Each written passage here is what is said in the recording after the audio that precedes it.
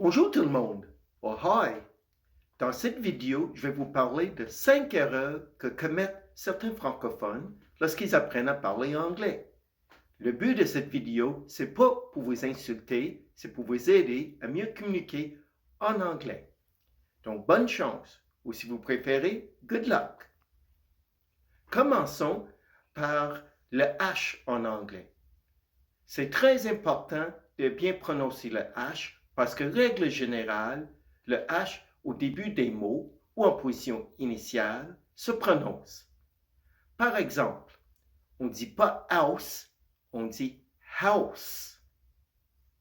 On dit horse. C'est le son. Donc, très important de prononcer le H.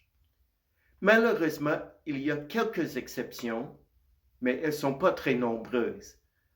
On ne prononce pas, par exemple, le H dans le mot honest, ni dans le mot hour, comme dans in 2 hours, the plane is going to leave. In 2 hours, the plane is going to leave. Deuxième erreur que commettent certains francophones en apprenant l'anglais, c'est l'accent tonique. C'est très important en anglais, comme dans n'importe quelle langue, de bien prononcer les mots.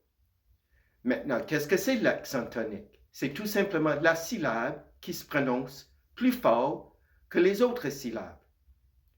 En français, la règle est simple. L'accent tonique tombe toujours sur la dernière syllabe d'un mot ou d'un groupe de mots. Par exemple, je vais en Floride.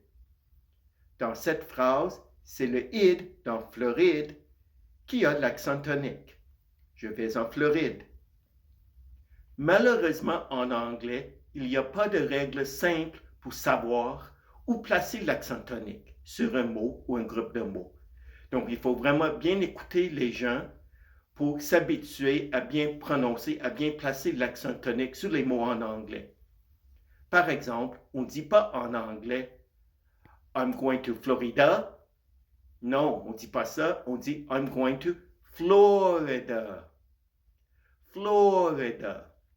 Puis comme j'ai dit, en anglais, il n'y a pas de règle simple pour savoir si on place l'accent tonique sur la première syllabe ou deuxième, etc.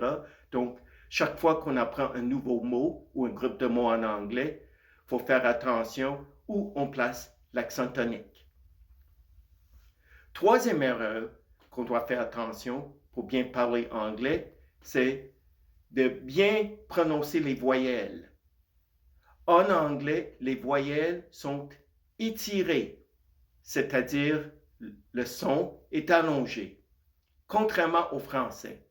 Par exemple, en français, on a le son « et », souvent représenté par un accent aigu.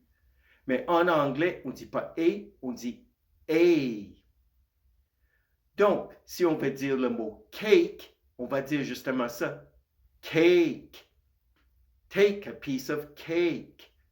On a également le mot Dave, qui est un nom commun pour les garçons en anglais. Dave ou David, c'est quasiment la même chose.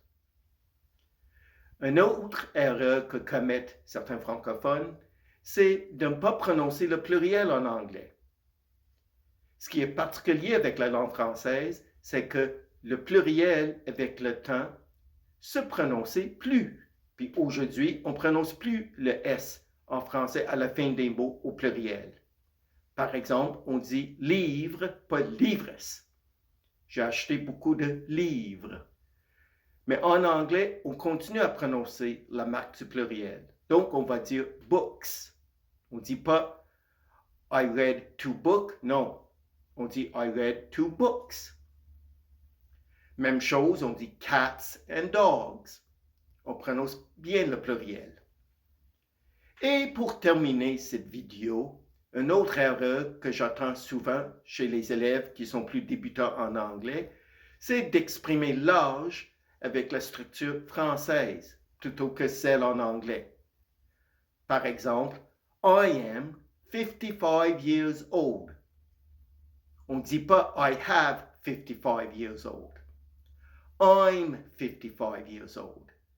Parce que pour dire l'âge en anglais, c'est le verbe to be, être, conjugué, avec le nombre d'années, puis le mot old, qui veut dire vieux ou vieille, parce que chaque année, on est de plus en plus vieux.